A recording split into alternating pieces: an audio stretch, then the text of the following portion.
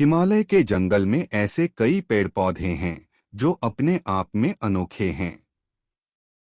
ऐसे पेड़ पौधे और कहीं नहीं पाए जाते। इन पर लगने वाले फल और फूल सबसे अलग होते हैं। इन पर लगने वाले फल इतने मीठे और खुशबूदार होते हैं कि कोई भी इन्हें खाए बिना रह नहीं सकता। ऐसा ही एक पेड़ नदी किनारे था, जिस पर सारे बंदर अपने राजा के साथ रहा करते थे। बंदरों के राजा का नाम महाकपि था। महाकपि बहुत ही समझदार और ज्ञानवान था।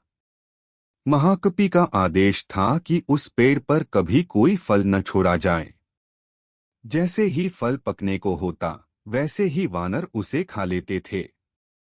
महाकपि का मानना था कि अगर कोई पका फल टूटकर नदी के रास्ते किसी मनुष्य तक पहुंचा, तो ये उनके लिए बहुत हानिकारक हो सकता है।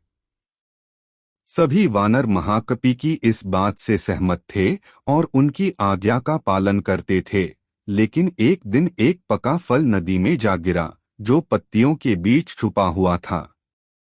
वह फल नदी में बहकर एक जगह पहुंच गया, जहां एक राजा अपनी रानियों के साथ घूम रहा था। फल की खुशबू इतनी अच्छी थी कि आनंदित होकर रानियों ने अपनी आंखें बंद कर ली। राजा भी इस खुशबू पर मोहित हो गया। राजा ने अपने आसपास निहारा तो उसे नदी में बहता हुआ फल दिखाई दिया। राजा ने उसे उठाकर अपने सिपाहियों को दिया और कहा कि कोई इसे खाकर देखे कि यह फल कैसा है। एक सिपाही ने उस फल को खाया और कहा कि ये तो बहुत मीठा है।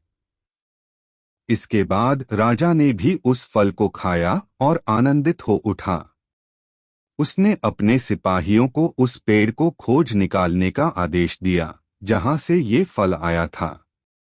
काफी मेहनत के बाद राजा के सिपाहियों ने पेड़ को खोज निकाला। उन्हें नदी किनारे वो सुंदर पेड़ नजर आ गया। उस पर बहुत सारे वानर बैठे हुए थे।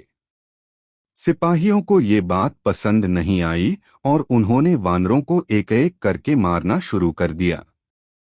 वानरों को घायल देखकर महाकपि ने समझदारी से काम लिया। उसने एक बांस का डंडा पेड़ और पहाड़ी के बीच पुल की तरह लगा दिया। महाकपि ने सभी वानरों को उस पेड़ को छोड़कर पहाड़ी की दूसरी तरफ जाने का आदेश दिया। वानरों ने महाकपि की आज्ञा का पालन किया और वो सभी बांस के सहारे पहाड़ी के दूसरी ओर पहुंच गए। लेकिन इस दौरान दरेस में बंदरों ने महाकपि को बुरी तरह से कुचल दिया। सिपाहियों ने तुरंत राजा के पास जाकर सारी बात बताई। राजा महाकपि की वीरता से बहुत प्रसन्न हुए और सिपाहियों को आदेश दिया कि महाकपि को तुरंत महल लेकर आएं और उसका इलाज करवाएं। सिपाहियों ने ऐसा ही किया, लेकिन जब महाकपि को महल लाया गया तब तक वह मर चुका था। कहानी से सीख। वीरता और समझदारी हमें इतिहास के पन्नों में जगह देती है। साथ ही इस कहानी से यह भी सीख मिलती है कि हर मुश्किल घड़ी में समझदारी से काम लेना चाहिए।